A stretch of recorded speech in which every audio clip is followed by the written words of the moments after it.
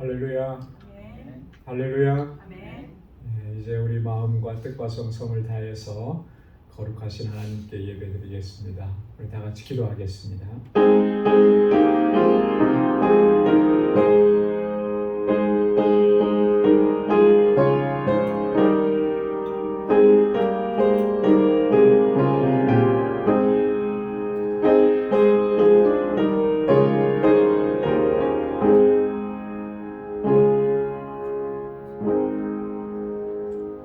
온 땅이여 하나님께 즐거운 소리를 발할지어다. 그 이름의 영광을 찬양하고 영화롭게 찬송할지어다. 하나님께 고하기를 주의 일이 어찌 그리 어미하신지요. 주의 큰 권능으로 인하여 주의 원수가 주께 복종할 것이며 온 땅이 주께 경배하고 주를 찬양하며 주의 이름을 찬양하리이다 할지어다. 아멘. 은혜가 풍성하시고 자비로우신 여호와 하나님 아버지, 성의로 지난 3일도 은혜 가운데 저희들을 지켜주시고 오늘 이 저녁에 다시금 불러주셔서 하나님을 경배하고 예배케 하시니 감사합니다. 날마다 우리와 함께 하시고 그 권능의 팔로 우리를 인도하시는 그 하나님의 은혜로 우리가 이 자리에 서 있음을 깨닫게 하시고 감사의 고백으로 주님 앞에 나아가는 저희들 되게 하여 주옵소서. 여전히 우리 안에 있는 허물과 죄악들을 주님 앞에 고백하오니 주의 보혈로 씻어주시고 정결하게 하여 주옵소서. 정직한 마음을 허락해 주시고 온 힘을 다하여 하나님 예배하는 이 시간 되도록 인도하여 주옵소서. 우리의 예배를 받아주시고 예비하신 주님의 은혜와 평강으로 덧입혀 주옵소서. 예수님의 이름으로 기원하옵나이다. 아멘. 전능하사 천지를 만드신 하나님 아버지를 내가 믿사오며 그 외아들 우리 주 예수 그리스도를 믿사오니 이는 성령으로 잉태하사 동정녀 마리아에게 나시고 본디오 빌라도에게 고난을 받으사 십자가에 못 박혀 죽으시고 장사한 지 사흘 만에 죽은 자 가운데서 다시 살아나시며 하늘에 오르사 전능하신 하나님 우편에 앉아 계시다가 저리로서 산 자와 죽은 자를 심판하러 오시리라. 성령을 믿사오며 거룩한 공예와 성도가 서로 교통하는 것과 죄를 사하여 주시는 것과 몸이 다시 사는 것과 영원히 사는 것을 믿사옵나이다. 아멘. 찬양으로 하나님께 영광 돌리겠습니다. 아침 안개 눈앞 가리듯.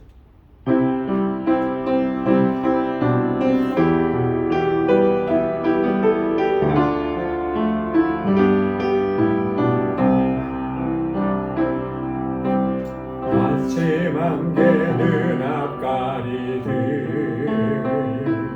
나의 약한 믿음의 심사일 때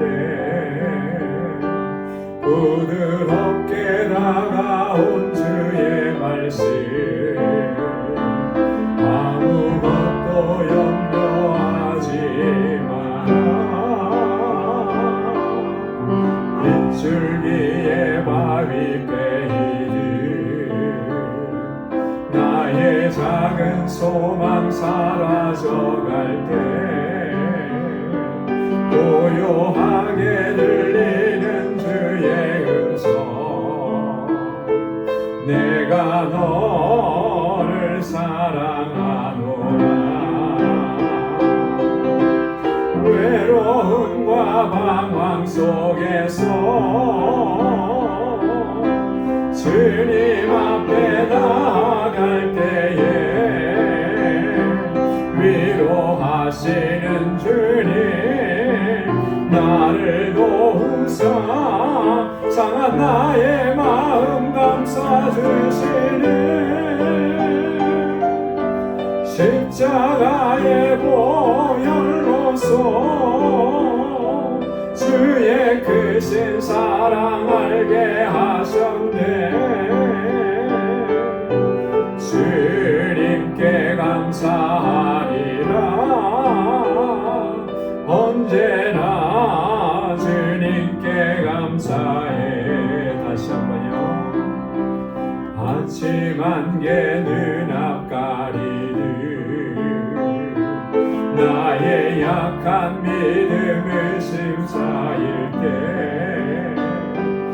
부드럽게 다가온 주의 음성 아무것도 염려하지 마라 빗줄기의 바위 베이듯 나의 작은 소망 사라져갈 때 고요하게 들리는 주의 음성 내가 너를 사랑하노라 외로움과 방황 속에서 주님 앞에 나아갈 때에 위로하시는 주님 나를 도우사 상한 나의 마음 감싸주시는 십자가의 보혈로서 주의 크신 사랑 알게 하셨네 주님께 감사하리라 언제나 주님께 감사해 십자가의 보혈로서 주의 크신 사랑 알게 하셨네 주님께 감사하리라 언제나 주님께 감사해 아멘. 내가 매일 기쁘게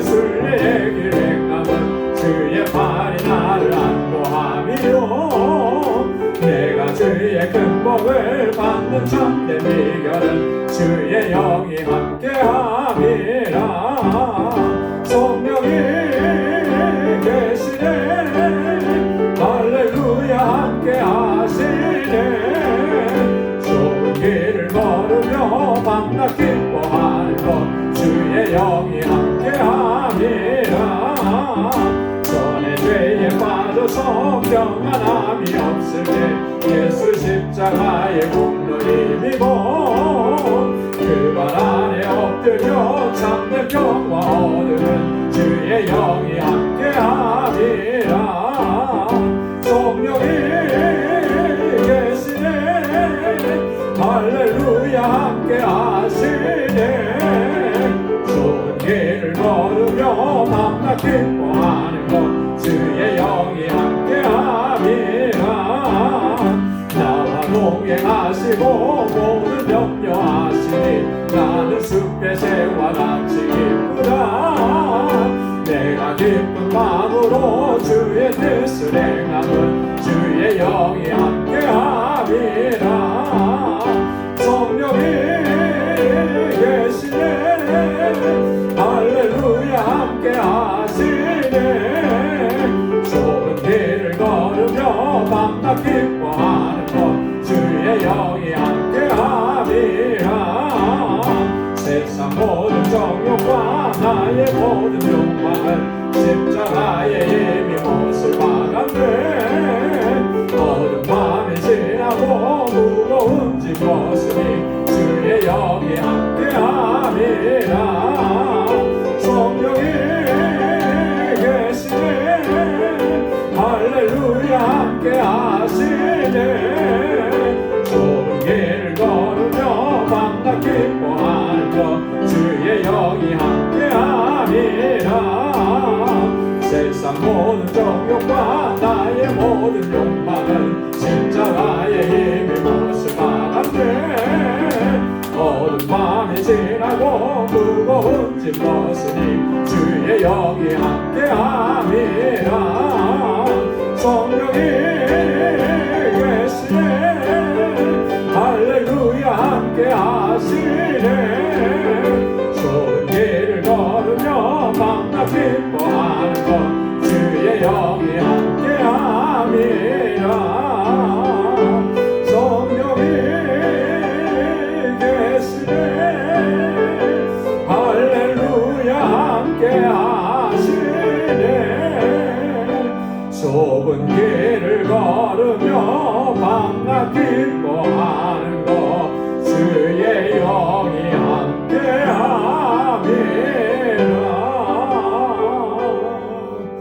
아멘. 주의 성령께서 우리와 늘 함께하시는 줄로 믿습니다. 십자가를 질 수 있나 주가 물어보실 때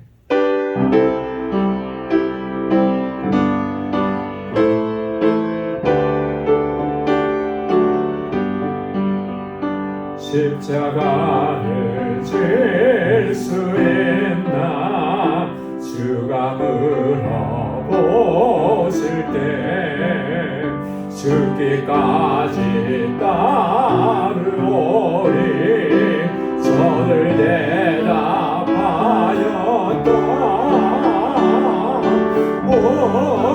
우리의 심령 주의 것이니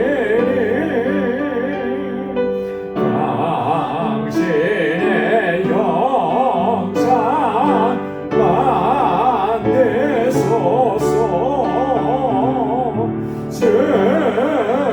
주인도 따라 살아갈 동안 사랑과 충성을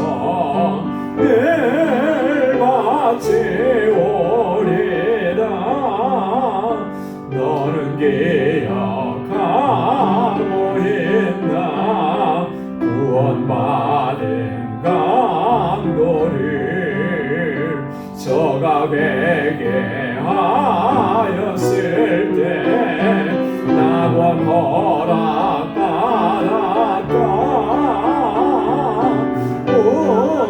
우리의 심령 주의 것이니 당신의 영상 만드소서.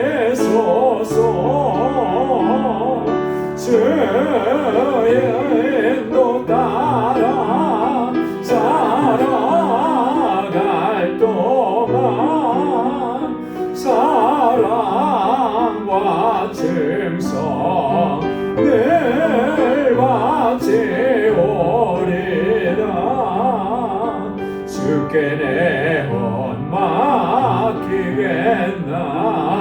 죄우승리 믿으며 걱정 근심 모든 그림 너를 들러 덮을 때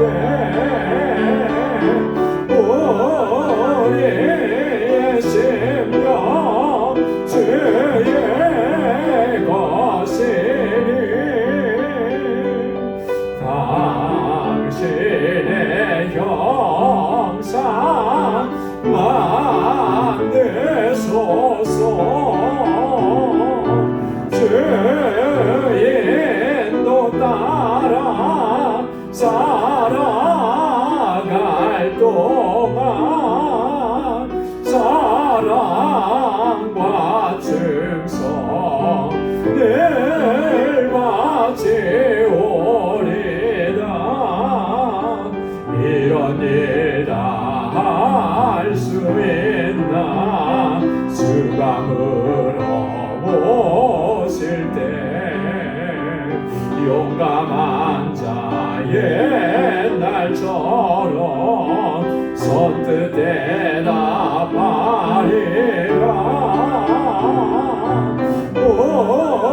우리의 심령 주의 것이니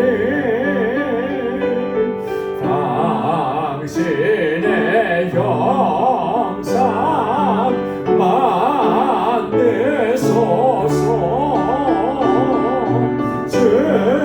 주인도 따라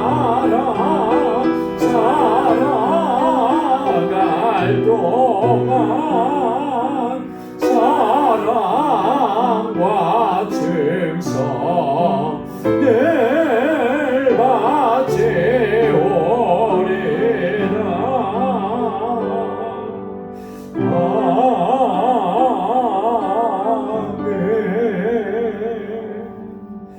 아멘. 이 시간은 하나님 앞에 우리 다 같이 통성으로 기도하겠습니다. 우리가 찬양으로 하나님께 영광 돌린 것처럼 우리의 마음과 뜻과 정성을 다 주님께 드리고 주님께 사랑을 드리고 충성을 다하고 우리의 몸과 마음을 다 주님께 바치겠습니다. 이렇게 결단하고 나아갈 수 있도록 우리를 붙잡아 주옵소서. 우리 자신을 위해서 기도하고 교회를 위해서 기도해 주시고 교회에 세워주신 주의 종들과 하나님의 신실한 청지기들을 위해서 기도해 주시기 바랍니다. 교회에 주신 사명을 잘 감당하는 우리 믿음의 공동체 되도록 위해서 기도해 주시고 이곳에서 자라나는 우리 사랑하는 자녀들, 우리 주일학교와 유스룹과 EM을 위해서 기도해 주시고 또 우리에게 주신 선교적 사명 잘 감당할 수 있게 하옵소서. 또 우리 선교사님들을 위해서 기도해 주시고 우리 알라메다 방주교회 하나님께서 든든하게 붙잡아 주시도록 함께 기도합니다. 우리의 지체들을 위해서 기도하겠습니다. 특별히 육신의 연약함 때문에 하나님의 치료하시는 능력을 구하는 그 귀한 심령들을 위해 하나님 치료해 주시고 회복의 은혜를 허락해 달라고 또 우리 연로하신 우리 어르신들을 위해서 또 개인적으로 또 여러 가지 힘들고 어려움을 겪는 분들을 위해서 또 우리 가정을 위해서 또 우리 자녀들을 위해서 또 구원받아야 될 우리의 식구들을 위해서 같이 기도해 주시고 우리 허락해 주신 믿음의 기업들을 위해서 기도해 주시기 바랍니다. 그리고 오늘 이 시간 주님 앞에 가지고 나온 우리의 간절한 기도의 제목들 우리 다 함께 통성으로 함께 하나님께 아뢰겠습니다. 거룩하신 아버지 하나님 감사합니다. 오늘도 주님 저희들을 불러주셔서 하나님을 예배케 하시니 감사합니다. 아버지 하나님 우리의 마음을 다하고 힘을 다하여서 언제나 아버지 주님을 예배하고 주님을 찬양하고 주님께 경배하며 나아가는 저희들 되게 하여 주시옵소서. 영과 진리로 하나님을 예배케 하여 주옵소서. 우리의 마음의 중심을 오직 주님께 향할 수 있도록 도와주시고 우리의 마음의 정결함을 허락하여 주시고 거룩함을 허락하여 주시고 우리의 허물과 죄악을 주님 앞에 고백하오니 주님 그 씻어주시고 정결하게 하셔서 이 시간 하나님께서 받으시는 거룩한 제사로 주님께 올려드리도록 인도하여 주옵소서. 저희의 마음을 같이 하고 뜻을 같이 하여 한 마음으로 주님 앞에 간구하고 기도합니다. 아버지께서 세워주신 우리 광주교회가 정말 하나님의 세우신 뜻에 합당하게 행할 수 있도록 인도하여 주옵소서. 믿음의 공동체로 사랑의 공동체로 든든하게 서서 하나님 아버지 하나님 주님의 복음과 주의 생명의 말씀을 전하고 하나님께서 찾으시는 영혼들을 주님께로 인도하는 귀한 사명을 잘 감당하는 우리 공동체 되게 하여 주시옵소서. 이 일을 위해서 하나님 기름 부어 세우신 주의 종들에게 능력과 권능으로 던질펴 주옵소서. 아버지 하나님 같은 자들에게 구할 것은 충성이라고 하신 말씀처럼 우리의 마음을 다하고 힘을 다하고 온 몸을 다하여서 주신 사명 감당하는 저희들 되게 하여 주시옵소서. 아버지 하나님 특별히 아버지 하나님 이곳에서 자라는 우리 사랑하는 자녀들을 위해서 기도합니다. 저들이 말씀 안에서 견고하게 하나님 잘 경외하게 하시고 믿음으로 살아갈 수 있도록 은혜를 베풀어 주옵소서. 저희들이 살아가는 이 세대에 저희들이 빛과 소금으로 살게 하옵소서. 복음의 증인으로 살아가기에 부족함이 없도록 도와주옵소서. 저들을 말씀으로 양육하는 우리 모든 교사들과 전도사님을 강건하게 붙잡아 주옵소서. 하나님 우리에게 주신 영혼 구원의 사명과 선교의 사명 잘 감당할 수 있도록 은혜 허락하여 주옵소서. 아버지 알라메다 방주교회 주님께서 세우셨습니다. 우리로 하여금 아버지 이스라엘에게 하나님 함께하도록 은혜 주심을 감사합니다. 하나님 알라메다 방주교회를 든든하게 지켜주옵소서. 아버지 구원의 방으로 우뚝 서서 하나님 그 지역의 많은 영혼들을 주님께로 인도할 수 있게 하옵시고 아버지 모든 사역자들에게 아버지 하나님 주의 종들에게 능력과 권능으로 던지며 주옵소서. 지금도 세계 곳곳에서 하나님 어려움과 고난과 환난과 죽음의 위협 가운데서도 주의 복음을 전하는 하나님의 귀한 종들 한 사람 한 사람 그 사역지마다 하나님 주님 불꽃 같은 눈동자를 지키시고 보호하시며 아버지 하나님 풍성한 생명의 역사를 더하여 주시옵소서. 하나님 우리 사랑하는 원수들을 위해서 기도합니다. 아버지 하나님 저들의 고통과 아픔과 삶의 질고를 하나님 기억해 주시고 아버지 특별히 하나님 육신의 연약함 때문에 부러지는 주님의 자녀들의 그 부르짖음을 들으시사 하나님 치유의 역사를 허락하여 주시옵소서. 우리 사랑하는 성도들의 가정을 평안하게 지켜주시고 아버지 하나님 정말 그 가정에 놀라운 구원의 은혜를 허락하여 주셔서 온 식구들이 다 주님 앞에 나와서 마음과 뜻으로 주님을 섬기게 하옵소서. 아버지 허락해 주신 믿음의 기업들마다 든든하게 지켜주시고 아버지 저들의 삶이 복의 그런 우리의 삶이대로 인도하여 주옵소서. 하나님, 오늘도 저희들을 말씀의 앞에 세워주심을 감사합니다. 이 시간도 저희의 마음의 문을 활짝 열어주시고 옥도와 같게 하셔서 하나님 주시는 귀한 말씀이 아버지 우리의 심령 가운데 심겨지고 30배 60배 100배의 결실을 맺게 하여 주시옵소서. 성령께서 함께 하여 주시고 아버지 하나님 주님 이 시간도 온전히 주장하여 주옵소서. 하나님 홀로 영광 받아 주시옵소서. 예수님의 이름으로 간절히 기도드리옵나이다. 아멘. 할렐루야. 하나님께서 선하신 응답을 허락해 주실 줄로 믿습니다. 이제 우리 하나님의 말씀을 같이 묵상하는 시간 갖겠습니다. 오늘부터는 지난주에 말씀드린 것처럼 빌립보서의 말씀을 묵상하도록 이렇게 하겠습니다. 오늘 빌립보서 제1장 1절에서 11절까지 말씀 한 절씩 교독하겠습니다. 그리스도 예수의 종 바울과 디모데는 그리스도 예수 안에서 빌립보에 사는 모든 성도와 또는 감독들과 집사들에게 편지하노니 하나님 우리 아버지와 주 예수 그리스도에게로서 은혜와 평강이 너에게 있을지어다.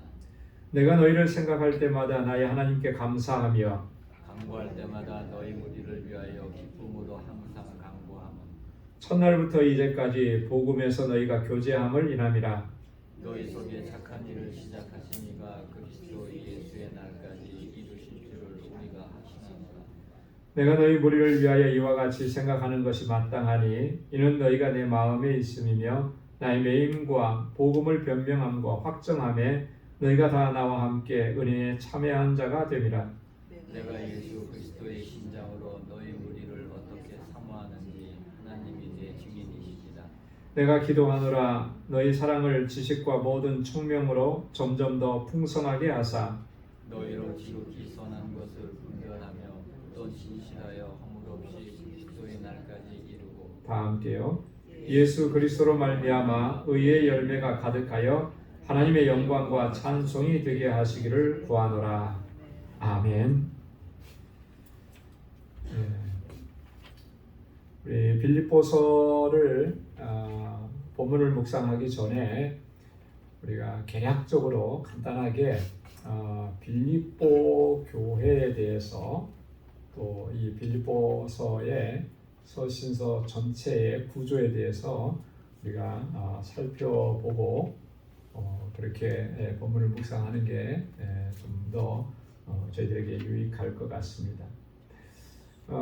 빌립보 교회는 언제 세워졌느냐 하면 사도 바울이 2차 전도 여행을 떠났을 때 그 빌립보 지역에 가서 복음을 증거했고 또 복음을 증거함으로 인해서 그곳에 이제 교회가 세워지게 되었다.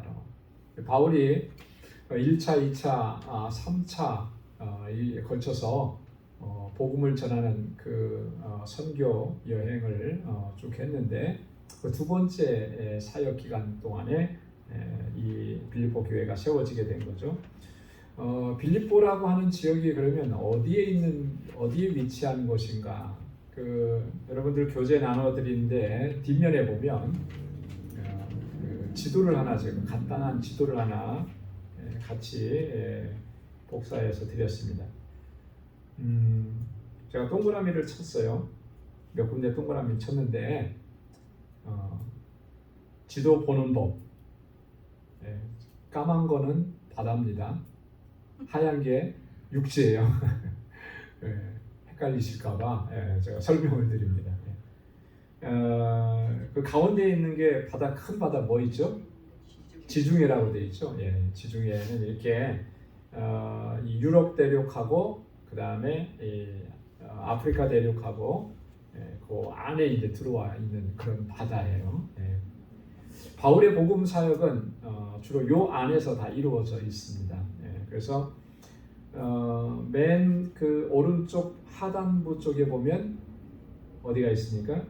뭐라고 돼 있죠? 거기는 가운데고 오른쪽으로 예루살렘이죠. 저희가 보려고 하는 거는 이제 예루살렘이에요. 자, 예루살렘에서부터 이제 시작을 하는 거니까요. 자, 거기가 이스라엘의 예루살렘입니다. 그래서 거기서 이제 그대로 쭉 올라가면 안디옥이라고 하는 곳이 나오죠. 예. 이 안디옥이 바울과 바나바를 선교사로 파송한 교회예요. 예. 이방인 지역에 처음으로 세워진 교회, 안디옥 교회. 그리고 바울과 바나바를 선교사로 파송한 교회. 자, 그 다음에 이제 거기서 해안가를 따라서 쭉 왼쪽으로 가다 보면 아시아 대륙이라고 되어 있죠. 그죠? 아시아. 그리고 거기에 도시 하나 이름이 있어요. 다른 도시도 많이 있습니다. 이 안에. 근데 대표적인 도시 하나만 적어 놓은 거예요. 에베소가 거기 있죠. 우리가 지난주까지 에베소서를 공부했는데 그 에베소 지역이 바로 여기에 있는 지역인 거예요. 아시아 지역에 있는 교회입니다. 그래서 바울의 1차 선도 여행은 이 아시아 지역에서 주로 바울의 선교 사역이 이루어졌었습니다. 자, 그리고 이제 그 바다 건너편에 또 어떤 넓은 지역 이름이 있어요. 굵은 글씨로 써 있죠. 마게도냐라고 되어 있죠, 그죠? 자, 이 마게도냐라고 하는 지역은 이게 한 도시를 얘기하는 게 아니고 넓은 지역을 포함하는 거예요. 각각에 있는 도시들을 다 포함하고 있는 넓은 지역을 이제 마게도냐 지역이다 이렇게 얘기하는 건데, 자, 빌립보는 마게도냐의 첫 성읍이라 그랬어요. 자, 그러니까 바울이 마게도냐로 가서 첫 번째로 만난 성읍이 바로 빌립보라고 하는 거죠. 그 빌립보 한번 동그라미 친 데를 보십시오. 바로 여기가 이제 우리가 이 몇 주 동안 이제 빌립보서를 공부하면서 여기에서 무슨 일이 있었는가, 또 바울이 이 교회에 편지를 보낸 그 내용이 어떤 내용들인가 이런 거 살펴보려고 합니다. 자, 그리고 이제 앞으로 쭉 더 뭐 나올 수도 있는데요. 자, 그 밑에 보면 왼쪽 밑에 뭐가 있어요? 데살로니가가 있죠.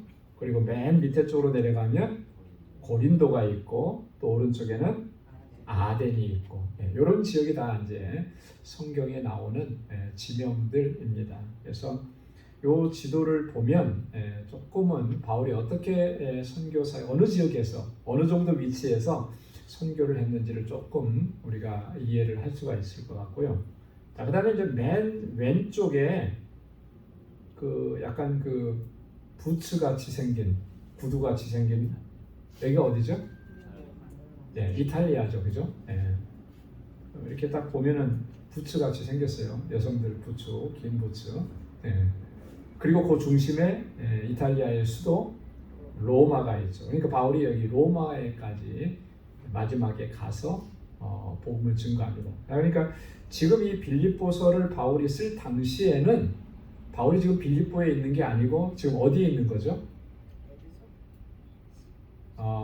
바울이, 자, 우리가 조금 이따 제가 말씀드리려고 했는데 에베소서를 공부할 때도 말씀을 드렸습니다. 에베소서는 바울 서신서 중에 어떤 카테고리 안에 들어간다고 그랬냐면 옥중서신이라고 그랬어요. 그죠? 자, 옥중서신에는 4가지 책이 있다고 그랬습니다. 그 4가지 책이 에베소, 오늘 빌립보도 포함이 되고요. 골로새서, 빌레몬서. 자, 그러면 빌립보서가 옥중서신이라고 그랬습니다. 그러면 어디서 쓴 것 같아요? 로마의 감옥에 갇혔을 때. 그러니까 이미 이제 1차, 2차, 3차 선교 여행을 다 마치고 바울이 예루살렘에서 붙잡히죠. 그래서 재판도 받고, 그래서 바울이 사도행전에 보면 나 가이사에게 가서 재판을 받겠다 이렇게 해가지고 이제 로마까지 호송이 돼요. 그래서 이 로마에 도착을 해서 거기서 가택연금이 된 그런 상태에서 사역을 하다가 마지막에 이제 순교를 하게 되는데, 그 상황 속에서 이 각각의 교회들에게 편지를 보낸 것, 그게 바로 옥중서신인데 그 중에 하나가 오늘 빌립보서라고 하는 것입니다. 바울의 2차 선교 여행은요, 사도행전 15장 36절부터 이제 시작을 해요. 그래서 이거 참고해서 보시면 좋습니다.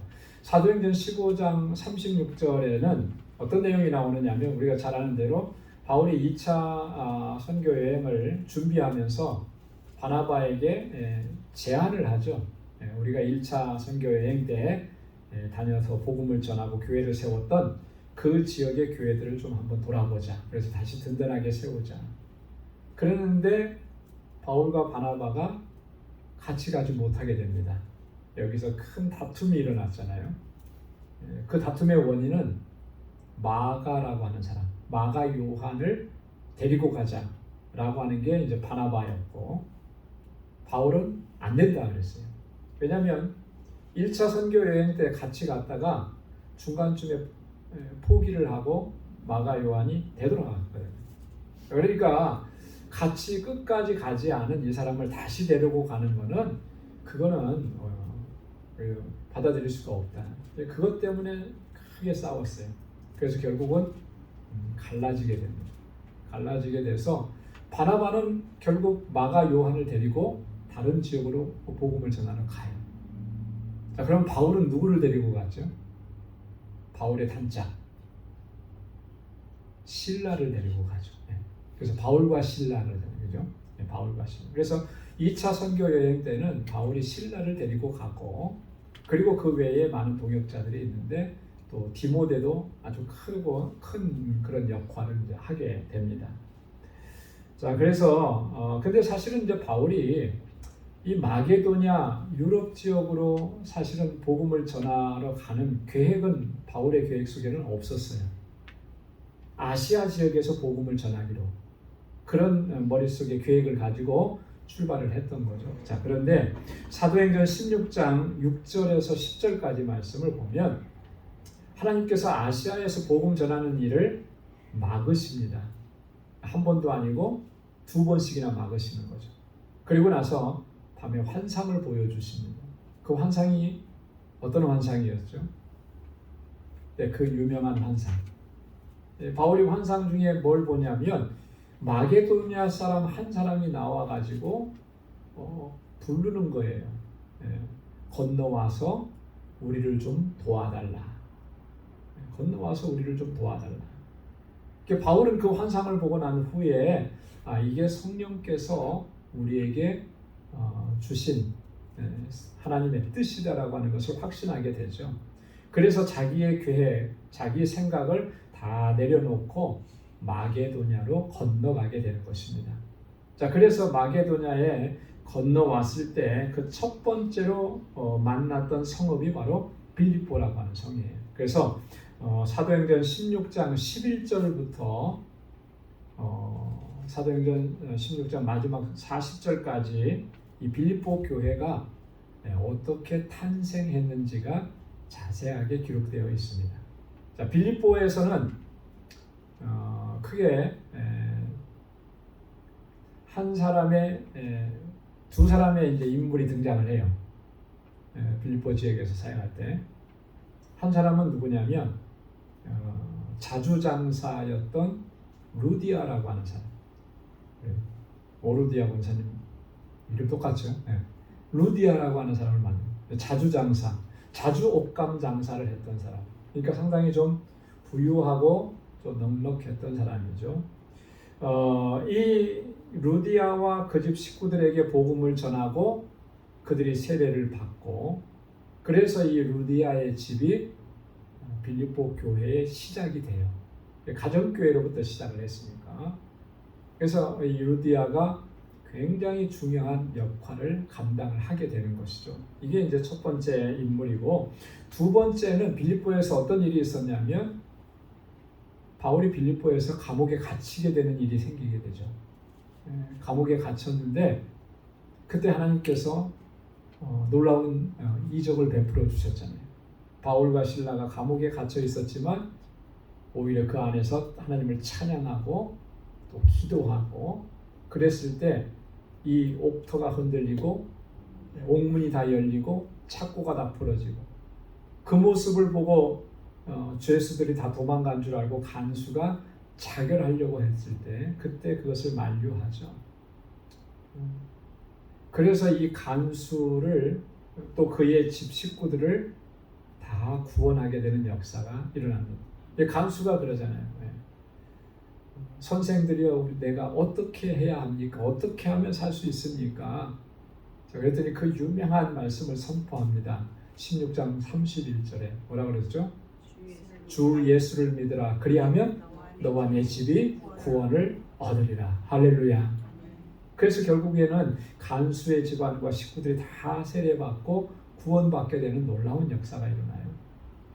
자, 근데 그 사건은 왜 일어났냐면 그 점치는 한 여자 종을 귀신 들려서 점치는 사람이었는데 이 사람을 치유해 준 거예요. 그 점을 치고 그 점쳐서 벌어들이는 이 사람이 멀쩡해지니까 자기들이 수입이 끊어진 거죠. 그래서 이 바울과 실라를 고소하게 된 거예요. 그래서 핍박을 받고 박해를 받게 되고. 그러니까 이 점치는 이 여자 소녀가 뭐 어떻게 됐는지 뭐 그거 자세한 내용은 없지만 치유함 받았으니까 분명히 이 사람도 구원의 은혜 안에 들어왔을 것이다. 그래서 아마 이름은 나오지 않지만 이 빌립보 교회에 요즘식으로 말하면 뭐가 되나요? 창립 멤버, 그렇게 구성원이 되었을 것이다. 그러니까 빌립보 교회는 그렇게 해서 세워지게 된 것입니다. 빌립보 교회는요 비교적 건강하게 성장을 했습니다. 그래서 바울은 빌립보 교회를 볼 때마다 참 기쁨을 얻었고 위로를 얻었어요. 그래서 오늘 3절과 4절 말씀에 보면 바울이 이렇게 얘기합니다. 내가 너희를 생각할 때마다 나의 하나님께 감사하며 간구할 때마다 너희 무리를 위하여 기쁨으로 간구하며. 여러분들을 생각할 때마다 참 하나님 앞에 감사한 것뿐입니다. 이렇게 얘기하는 거잖아요. 그리고 기도할 때도 기쁨으로 기도한다. 그건 뭘 얘기하는 거겠습니까? 이 빌립보 교회가 정말 믿음 안에서 아름답게 잘 성장하고 있다라고 하는 것을 보여주는 것이죠. 자, 빌립보서는 별명이 있습니다. 빌립보서의 별명은 뭘까요? 빌립보에서 반복적으로 많이 등장하는 단어가 하나 있습니다. 그게 뭐냐면 기쁨이라는 단어. 기쁨. 기뻐하라라고 합니다. 기쁨.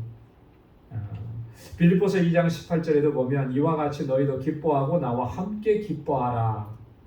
빌립보서 3장 1절에도 보면 정말로 나의 형제들아 주 안에서 기뻐하라. 빌립보서 4장 4절에도 보면 주 안에서 항상 기뻐하라. 내가 다시 말하노니 기뻐하라. 기뻐하라. 기뻐하라. 주 안에서 기뻐하라. 왜 기뻐해야 되겠습니까? 구원받았으니까. 그죠? 죄로 말미암아 우리가 영원한 심판에 놓였던 그런 존재들이었는데 그 상태에서 우리가 구원받고 자유함을 얻고 영원한 생명을 얻었으니 기뻐하는 거 당연한 거죠. 주 안에서 주님의 주시는 그 구속의 은혜 안에서 기뻐하면서 살아야 되는 것입니다. 이걸 굉장히 강조해요. 그래서 빌립보서의 별명은 기쁨의 서신이다. 이렇게 기쁨의 서신. 그래서 여러분 빌립보서 하면 기쁨 이렇게 딱 연결시켜 놓으시면 빌립보서를 다시 읽고 묵상할 때 여러분 조금 도움이 됩니다. 자, 그리고 빌립보서의 또 하나 특징은 아까도 말씀드렸던 것처럼 옥중서신이다라고 하는 거예요. 자, 빌립보서의 구조를 보면 서론, 본론, 결론 이렇게 세 부분으로 나눠볼 수가 있는데 1장 1절에서 11절까지 오늘 본문 읽었습니다. 서론 부분입니다. 여기에 보면 이제 문안 인사가 나오고 바울의 감사와 또 바울이 빌립보 교회 성도들을 위한 기도의 내용들이 이제 나옵니다. 자, 본론은 이제 12절부터 시작이 되는데 1장 12절에서부터 4장 9절까지는 이제 본론에 해당되는 바울이 이 빌립보 교회 성도들에게 하고 싶었던 말들이 이제 요 안에 다 들어져 있습니다. 그래서 네 가지로 좀 크게 카테고리를 정리해 봤습니다. 자, 그리고 마지막 그 결론은 4장 10절부터 마지막 23절까지. 바울은 여기서도 빌립보 교회 교인들이 그동안 자신에게 베풀어 주신 그런 사랑에 대해서 감사한 마음을 전합니다. 지금 바울은 그 가택연금 상태라고는 하지만 죄수의 몸으로 로마에 호송되어 왔고 여전히 죄인인 거예요. 그죠? 그 거주지는 조금 편안했을지 몰라도 활동할 수 없고 복음을 전할 수는 밖으로 나가서 복음을 전하기는 어려운 그런 상황이었던 거죠. 그랬을 때 빌립보 교회가 이 바울을 참 열심히 최선을 다해서 헌신적으로 도왔어요. 그래서 바울이 그 연금 상태에서도 크게 어려움 없이 생활을 할 수가 있었던 거죠. 그것에 대해서 너무 고마운 마음이 있는 거죠. 그래서 그 고마움을 표현하고 그리고 마지막에는 항상 이 서신서를 마무리할 때처럼 문안 인사를 전하고 그리고 축복 기도를 하고 그렇게 이제 마무리가 됩니다.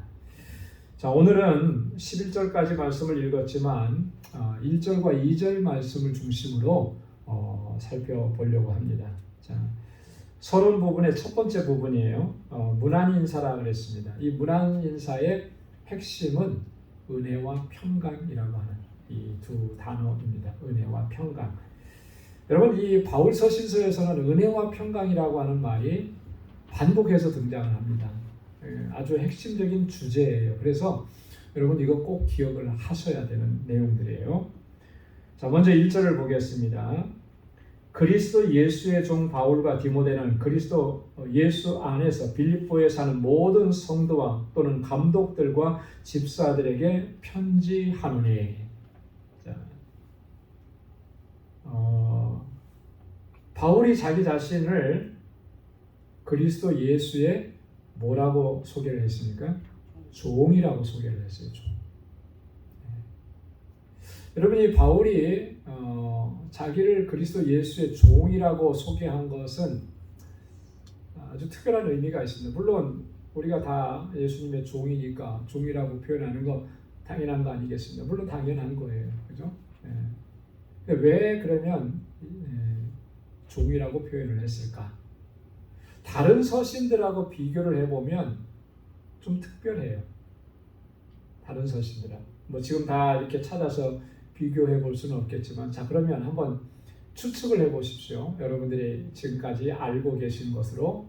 자, 다른 서신서에서는 바울은 자기를 어떻게 누구라고 소개를 했을까요? 그렇죠. 사도라고 소개를. 거의 대부분에서는 예수 그리스도의 사도인 나 바울은 이렇게 소개를 합니다.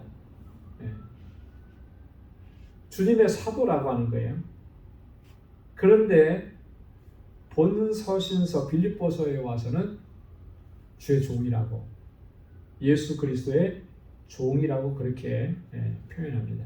그렇게 표현하게 된 데는 크게 두 가지 이유가 있는 것으로 우리 학자들은 그렇게 의견을 냅니다. 뭐냐면 첫째는 이 빌립보 교회가 바울의 사도됨을 의심하지 않았다는 거죠. 바울이 사실 그 복음을 전하면서도 가장 그 어려움을 겪었던 것 중에 하나가 뭐냐면 바울의 사도성을 의심하는 사람들이 있었기 때문에 그렇죠. 여러분 사도라 그러면은 누구를 사도라 그러죠? 사도 그러면 당시에 사도하면 누구를 가리켜서 사도라 그럽니까? 예수님의 12제자들을 사도라 그래요. 그죠? 예수님의 12제자를 사도라 그러는데 바울이 자기도 내가 그리스도께로부터 사도로 부름을 받았다 이렇게 얘기하니까 사람들은 어떻게 생각하는 거예요? 이게 사도를 사칭하는 사람 아니냐 이렇게 생각을 하는 거죠. 왜? 예수님의 제자도 아니었고 오히려 예수 믿는 사람들을 핍박했던 사람이고 그런 사람이 하나님의 은혜를 입고 지금 이렇게 복음을 전한다고 하지만 복음 전하는 거는 인정하겠어. 근데 사도라고까지는 인정 못 해주겠다. 이런 일들이 이제 생겨나게 된 거죠. 그러니까 각 서신서를 보낼 때마다 바울은 그 부분을 강조하는 거예요. 그래야 이 서신서의 어떤 권위가 보장되는 거죠. 분명하게 자신의 정체성을 밝히는 거예요. 그래서 사도라는 얘기를 그리스도의 사도라 이렇게 먼저 기록을 합니다. 그런데 빌립보서에서는 그렇게 할 이유가 없는 거예요.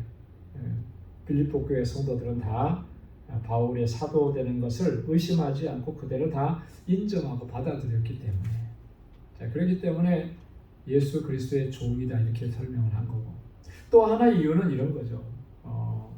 바울 자신은 오직 예수 그리스도께 복종하고 그리스도만을 의지하고 예수 그리스도께 내 삶과 내 사역의 모든 것을 초점을 맞추고 있다, 이것을 강조하는 거예요.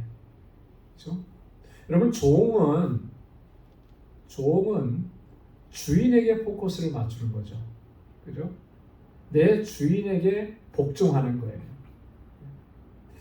여러분, 동물의 세계, 특히 이제 저희도 이제 강아지 한 마리 키우고 있는데, 개들은 이렇게 보면요, 주인에 대한 충성심이 굉장히 강한 동물 중에 하나죠. 그죠? 그래서 자기 주인이 누구다라고 딱 하면, 그러면 주인의 말에는 절대적으로 복종을 합니다.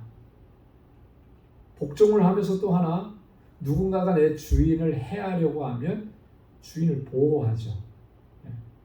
아주 특징이에요. 이게 그 강아지의 이 생각 속에는 그게 있는 거예요. 그죠?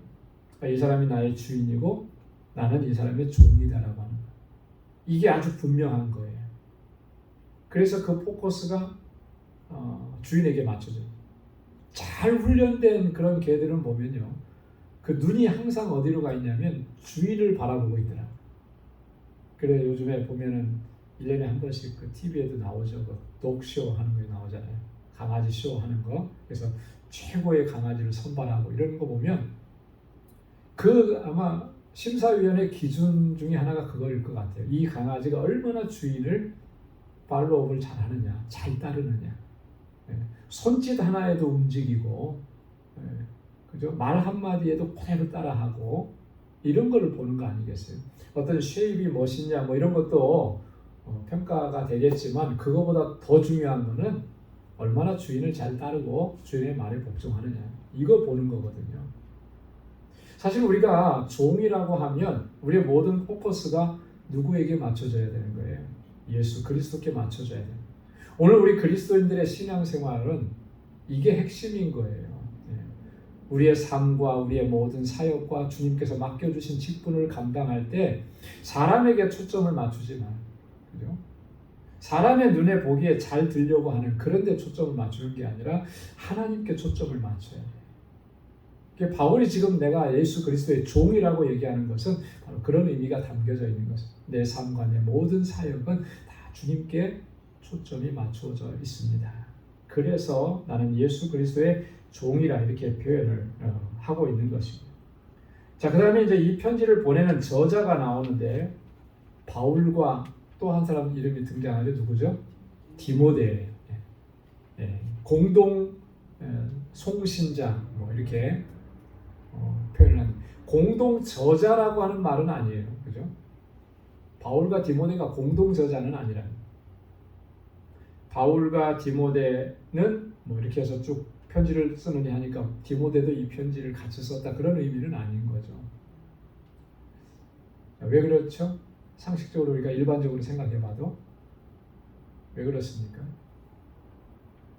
자, 지금 바울이 이 편지를 쓰는 상황은 어디서 쓰냐 그랬죠? 로마 감옥에서 쓰는 거예요. 만약에 바울과 디모데가 같이 썼다 그러면 디모데도 지금 로마 감옥에 있어야 되는 거죠. 그건 아니잖아요. 그죠? 이게 바울이 왜 디모데를 여기다 이름을 썼느냐. 바울의 서신서를 보면은 바울이 직접 썼지만은 바울은 항상 동역자들을 생각하는 거예요.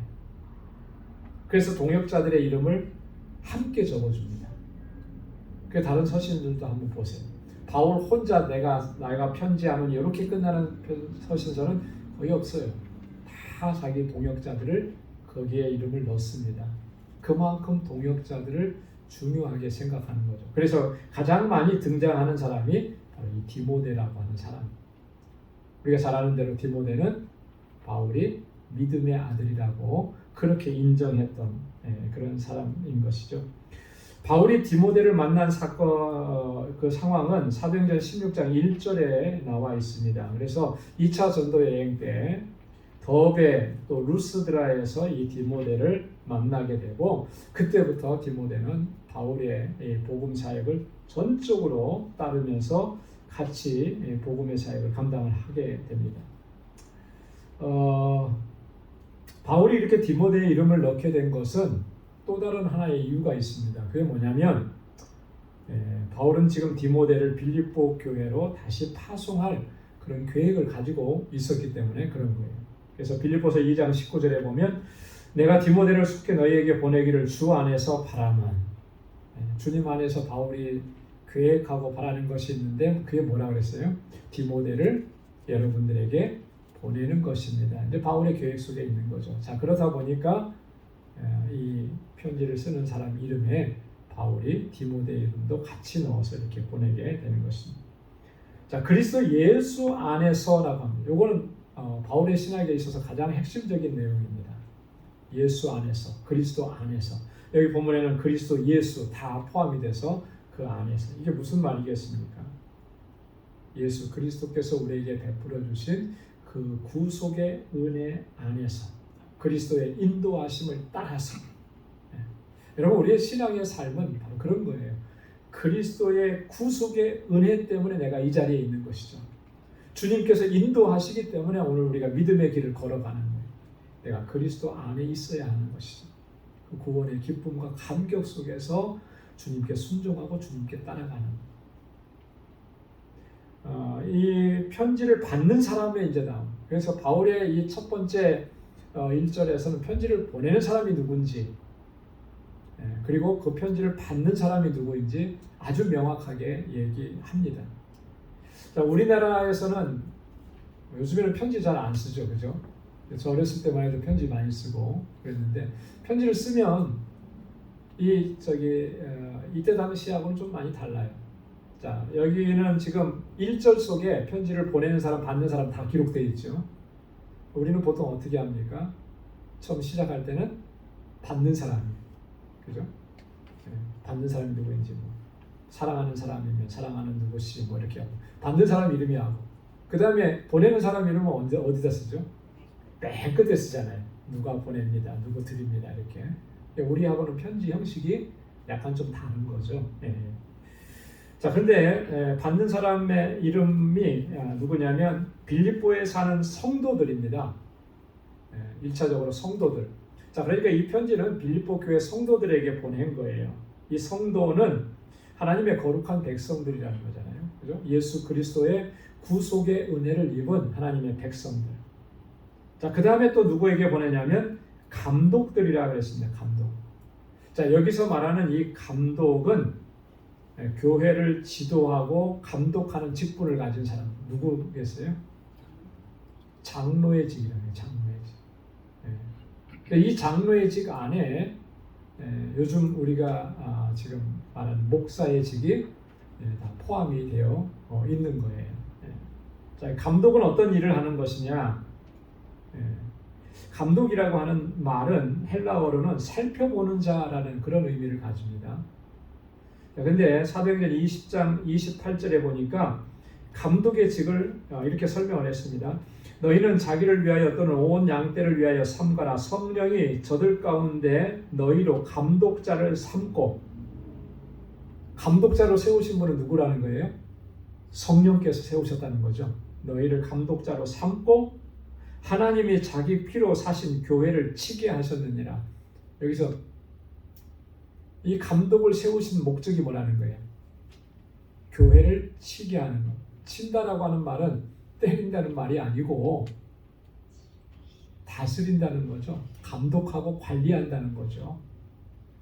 양치기 소년 했을 때 양치기는 뭐예요? 양을 돌보는 사람, 이런 거잖아요, 그죠? 그런 의미인 것입니다. 자, 그리고 또 마지막에는 누구에게 보내요?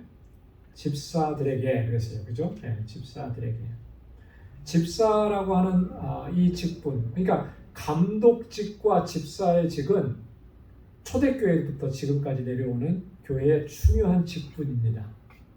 자, 근데 감독의 직은 교회를 이렇게 다스리고 교회의 그 권속들을 돌보는 그런 직이라고 하면 집사의 직은 뭐예요? 집사의 직은 디아코노스라고 하는데 원래 의미는 섬기는 자라고 하는 그런 뜻이에요. 그러니까 교회를 위해서 봉사하는 직분이다. 그래서 우리가 집사의 직을 받았다. 모든 직분이 다 봉사하는 직이지만 초대교회의 이 집사의 직은 그런 의미를 가지고 있습니다.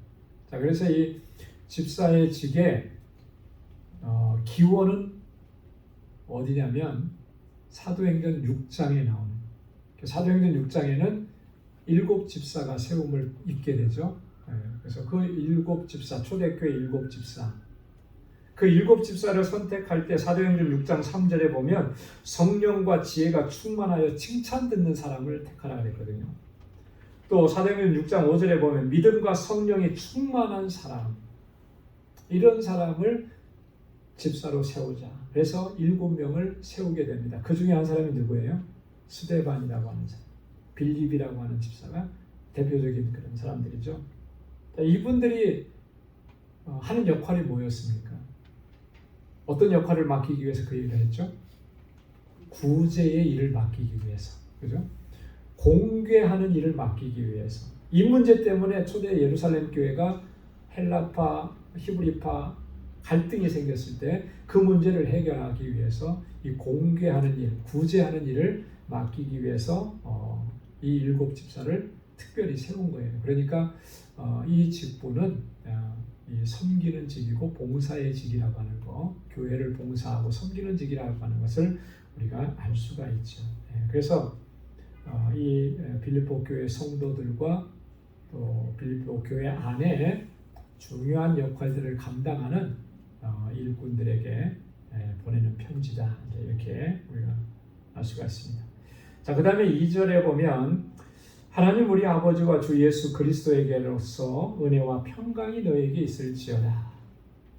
바울이 인사말 가운데 아주 반복적으로 동일하게 나오는 인사말이에요. 이게 은혜와 평강입니다. 모든 서신서에 다 기록이 되어 있습니다. 고린도전서 1장 1절, 고린도후서 1장 1절, 에베소서 1장 1절, 골로새서 1장 1절, 데살로니가 전후서 1장 1절 다 동일하게 이 은혜와 평강이 너에게 있을지어다. 그렇게 인사말을 전합니다. 이게 굉장히 중요한 부분이에요. 여러분, 은혜는 헬라어로 카리스라 그러잖아요. 그죠? 은혜는 뭘 은혜라 그럽니까? 은혜는 뜻이 뭐예요? 하나님께서 거저 주시는 선물이잖아요. 그죠? 값없이 거저 주시는 선물. 자, 근데 여기서 은혜라고 했을 때 바울이 은혜라고 했을 때 그 은혜의 핵심적인 내용은 뭐예요? 구속의 은혜죠. 구속의 은혜. 그죠? 우리를 죄와 사망 가운데서 구속해 주신 은혜. 예수님의 그 십자가 구속의 사건을 통해서 나 같은 죄인을 구원하시고 나를 사망에서 생명으로 옮겨주신 그 하나님의 사랑, 이것을 이제 은혜라 이렇게 얘기합니다. 로마서 3장 23절 이하에 보면은 아주 명확하게 이 구속의 은혜를 잘 설명을 했습니다. 모든 사람이 죄를 범하였으며 하나님의 영광에 이르지 못하더니 그리스도 예수 안에 있는 구속으로 말미암아 하나님의 은혜로 값없이 의롭다 하심을 얻은 자 되었느니라. 그리스도 예수 안에 있는 구속으로 말미암아 하나님의 은혜로. 여러분, 우리가 구속함을 받고 하나님의 자녀가 된 것은 은혜로 된 것입니다. 이거 잊어버려서는 안 돼요. 그죠? 내가 목사가 된 것, 내가 장로가 된 것, 내가 권사가 된 것, 내가 집사가 된 것, 은혜로 된 거예요. 하나님께서 나에게 사랑, 은혜, 값없이 선물로 우리에게 주신 거예요. 얼마나 귀하고. 사실 보면은요, 하나님께서 거저 주신 것들은요, 값으로 다 계산할 수가 없는 것들, 그죠? 우리가 노력하고 수고해서 뭔가 얻은 것은 다 대부분 보면 값으로 다 매겨져 있습니다. 평생 열심히 일해갖고 돈 잘 모아가지고 집 한 채 샀습니다. 값으로 매겨지죠, 그죠? 얼마, 이건 얼마짜리 집. 요즘에 뉴욕 안에서는 뭐 이 공시가라 그러나요? 뭐 그게 다 있잖아요, 얼마짜리. 다 값으로. 여러분, 근데 하나님께서 거저 주신 것들은 다 값으로 매길 수가 없는 것들. 공기를 거저 마십니다, 그죠? 값으로 계산할 수 있나요? 없어요. 우리 건강의 문제, 하나님 건강을 주셨는데 이 건강 값으로 매길 수 있나요? 없어요. 정말 귀하고 값진 것들은 값으로 못 매기는 거죠. 우리를 구원해 주신 이 은혜, 여러분 이거 값으로 얼마짜리라고 할 수 있겠습니까? 할 수 없는 거예요. 어떤 분들은 그런 예수님의 십자가에서 돌아가신 그 값으로, 근데 그 값을 어떻게 매길 수 있냐는 거예요. 없어요. 그게 우리가 은혜라는 거예요. 은혜의 개념은 바로 그런 거예요. 그래서 우리가 그 은혜의 개념을 바로 이해해야 하나님 앞에 감사하고 감격을 가지고 주님을 섬기는 이 일을 감당할 수가 있게 되는 것입니다. 자, 은혜가 있기를 원하고 그 다음에 뭐가 있기를 원한다고요? 평강이 너희에게 있을지어다. 이 평강이라고 하는 말, 헬라어로는 에이레네라고 그러고 히브리 말로는 샬롬이라고 하는데, 이 평강은 어떻게 주어지는 겁니까? 건강하니까 평강이 있는 거예요. 뭐 일반적으로 세상에서는 그렇게 얘기하죠. 돈 많으면 평안하다고 얘기하고, 성경에서 지금 말씀하는 이 평강은 이런 거예요. 예수 그리스도의 구속의 은혜가 가져다주는 하나님과의 화목한 관계예요. 주님의 그 구속의 은혜로 말미암아 우리가 하나님과 화목한 관계가 된 거예요. 하나님의 자녀가 된 것이죠. 그전에는 하나님과 어떤 관계였습니까? 원수된 관계였잖아요. 원수된 관계. 근데 이제는 하나님과 화목한 관계가 되어서 그 안에서 평안함을 누리는 것. 이게 평강인 거예요. 평강. 그래서 이 평강이라고 하는 것은 다른 말로 표현을 하면 은혜의 열매다. 은혜의 열매다. 은혜의 혹은 결과다. 그렇게. 하나님께서 우리에게 은혜를 베풀어 주신 그 열매고 그 결과가 평강이라고 하는 거예요. 여러분 평안하십니까? 정말 평안하십니까? 큰 소리로 대답을 하셔요. 구속의 은혜가 우리 안에 있는데 세상에 어떠한 일을 만나도 그죠? 평안한 거예요. 평안함을 누리는 사람이 진짜 신앙생활 잘하는 거고 진짜 믿음 생활 잘하는 거죠. 예수님께서 주셨잖아요. 이 은혜와 평강의 주체는 하나님이시고 예수 그리스도이신 거예요. 요한복음 14장 27절에 평안을 너희에게 주노니 곧 나의 평안을 너희에게 주노라. 내게 있는 샬롬을 이제 너희에게 준다. 주님에게 있는 샬롬을 나에게 주셔서 우리도 그 샬롬을 누리게 하시는 거예요. 얼마나 같이. 그 평강은 주님께로부터 오지 세상의 것으로 오지 않습니다. 세상의 것을 통해서 내가 평안함을 누리려고 하면 그 다 실패할 수밖에 없는 거예요. 절대로 세상의 것으로는 우리의 영혼의 평안함을 평강을 누릴 수가 없는 거예요. 오직 주님이 주시는 평안만이 우리가 세상을 이기게 하고 승리하게 하시는 줄로 믿습니다. 그래서 주님께서 약속하셨잖아요. 말씀하시고 공고하셨죠. 너희는 근심하지도 말고 너희는 두려워하지도 말라. 왜 그렇습니까? 내 평안을 너희에게 주었기 때문에. 여러분 그 평안을 누리고 근심과 염려 없이 더 담대하게 믿음의 길을 걸어가는 우리 모두가 될 수 있기를 주님의 이름으로 축원합니다. 기도하겠습니다. 하나님 아버지 감사합니다. 오늘도 이 시간 저희들을 사랑하셔서 하나님 예배하게 하시고 주님의 귀한 말씀을 또 묵상하게 하시고 이 말씀을 통해서 하나님 우리에게 깨달음을 주시고 확신을 허락해 주시고 다시 한번 하나님의 그 구속의 은혜를 더 깊이 묵상할 수 있도록 은혜 주심을 감사합니다. 주님의 그 구속의 은혜로 우리에게 평강을 허락해 주셨습니다. 하나님 주님의 평안 안에서 하나님 기뻐하며 주님을 찬양하며 어떠한 고난과 환난과 역경도 넉넉히 이겨내고 승리의 삶을 살아가는 우리 방주의 권속들이 다 되게 하여 주옵소서.